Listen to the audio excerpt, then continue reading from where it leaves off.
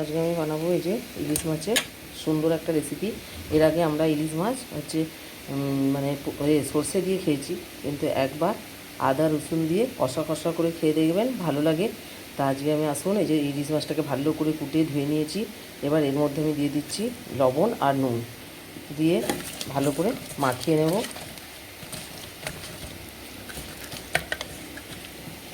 মাখিয়ে এটা 10 মিনিটের জন্য আমি রেখে দেবো। এবার এইখানে দেখুন আমি নিয়ে নিয়েছি ছোটো ছোটো করে এই যে পেঁয়াজ কেটে নিয়েছি কুচি করে, আদা বাটা, রসুন বাটা। এবার টমাটোটাকেও আমি ছেলারে ছিলে নেব। দেখুন এদিকে কড়াইতে আমি তেল দিয়ে দিয়েছি আর দিয়ে দিচ্ছি শুকনো লঙ্কা ফোড়ন আর কাঁচা লঙ্কা আর কালা জিরে।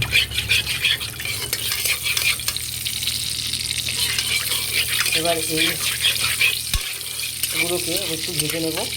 তারপর এর মধ্যে দিয়ে দেবো আমি পেঁয়াজ কুচি।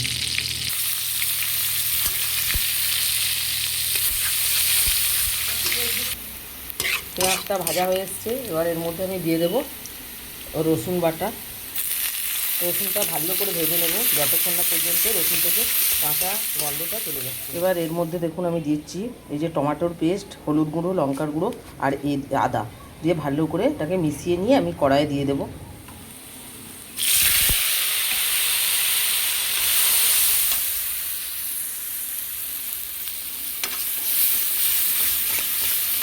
ভালো করে এবার মশলাটাকে কষিয়ে নেব। এইবার এই মশলাটা কষানোর সময় এর মধ্যে দিয়ে দেবো লবণ, দিয়ে ভালো করে মশলাটাকে কষিয়ে দেবো। দেখুন মশলাটা থেকে আমার তেল ছেড়ে ছেড়ে দিয়েছে, তাই মশলাটা সুন্দরভাবে কষানো হচ্ছে। আপনারা অবশ্যই এরকম করে একবার ইলিশ মাছ করে দেখবেন, দেখবেন খুব সুন্দর খেতে লাগে।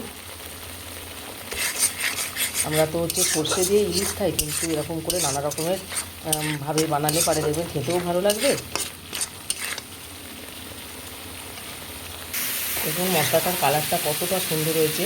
এবার এর মধ্যে আমি এই নুন হলুদ মাখানো এই যে মাছগুলো দিয়ে দেবো। এবার এর মধ্যে আমি ঢাকা দিয়ে হালকা ফ্লেমে